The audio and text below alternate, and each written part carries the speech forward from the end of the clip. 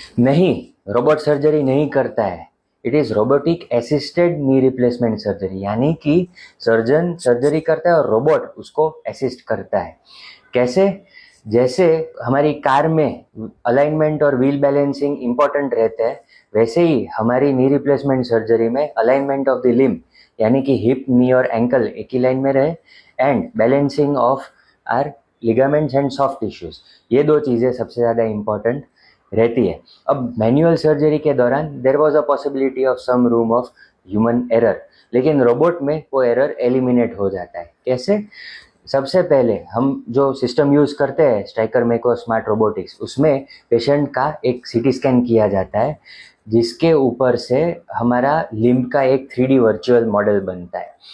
उसी मॉडल के ऊपर हिप, नी और एंकल मार्क होते हैं, और ये सारा का सारा इन्फॉर्मेशन रोबोट को फीड किया जाता है। उसके बाद on the screen we can see कि पेशेंट का बोनी स्ट्रक्चर कैसा है और उसको कौन सी साइज़ के इम्प्लांट की ज़रूरत है, और उस इम्प्लांट्स को हमें किस पोजीशन में फिट करने हैं।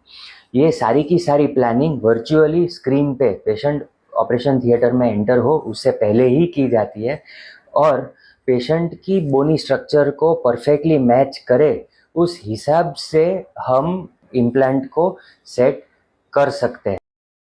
सर्जरी के दौरान सबसे पहले हम पेशेंट की थाई बोन यानी कि फीमर और लेग बोन यानी कि टिबिया के ऊपर ट्रैकर्स लगाए। ये ट्रैकर्स रोबोट को रियल टाइम इंफॉर्मेशन प्रोवाइड करते हैं। हमारे पास ऑलरेडी सीटी स्कैन से मिली implant shape, size, shape, position सबकी इंफॉर्मेशन है ही, उसको हम सर्जरी के दौरान रीवेरीफाई करते हैं।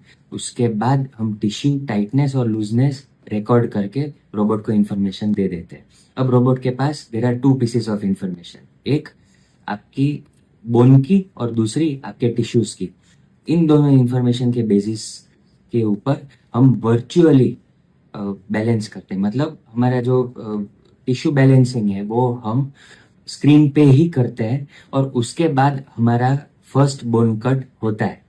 कन्वेंशनल नी रिप्लेसमेंट में first we cut, then we release our tissues or balance them, and then we check whether we have done the job properly or not. That is irreversible. बल्कि robotics में सबसे पहले हम assess करते हैं।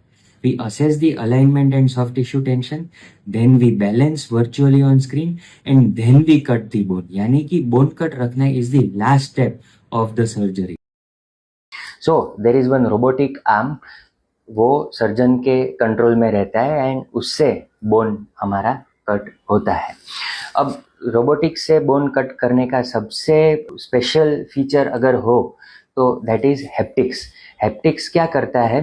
Haptics एक sensor based boundary बना देता है बोन के आसपास, और इसी बाउंड्री में हमारी ब्लेड चलती है। इस बाउंड्री के बाहर अगर ब्लेड जाएगी तो वो खुद ब खुद स्टॉप हो जाएगी। इसका मतलब ये हुआ कि जितना बोन हमें कट करना है उतना ही बोन कट होता है और आसपास के टिश्यूज़ को बिल्कुल डैमेज नहीं होता है। इसके 2-3 फायदे हैं। नंबर 1, हमारा जो पोस्टीरियर क्रूशिएट लिगामेंट है जो पीछे रहता है वो इंजर होने के चांसेस काफ़ी हद तक कम हो जाते हैं। सेकेंडली, आसपास के टिश्यूज़ को बिल्कुल ब्लेड से इंजरी भी नहीं पहुंचती है, उसकी वजह से हमारा पोस्ट ऑपरेटिव इन्फ्लेमेशन भी काफ़ी हद तक कम रहता है, एंड हमें relatively smooth post of recovery मिलती है।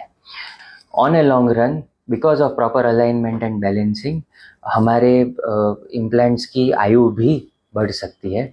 इस तरीके से robot has changed or revolutionized the way knee replacements are being done in benefit of the patients. Thank you so much.